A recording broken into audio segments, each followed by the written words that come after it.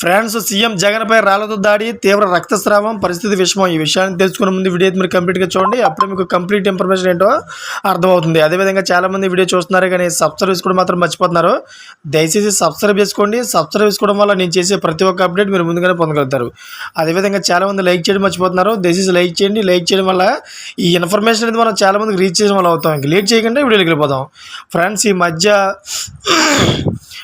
ఈ మధ్య పార్టీల మధ్య చాలా పెద్ద తగాదాలు అయితే జరుగుతున్నాయి. అదేవిధంగా ఒక్కొక్క పార్టీకి ఒక్కొక్క దుష్ప్రచారం అయితే జరుగుతోంది. అదేవిధంగా ఒక పార్టీ వాళ్ళు వేరే పార్టీ వాళ్ళ అయితే తీవ్ర దాడులకు అయితే పాల్పడుతూ ఉన్నారు. అయితే ఇప్పుడు మన సీఎం జగన్మోహన్ రెడ్డి అయితే రాళ్లతో దాడి జరిగింది. అసలు ఏంటి ఆ విషయాలను పూర్తి తెలుసుకుందాం.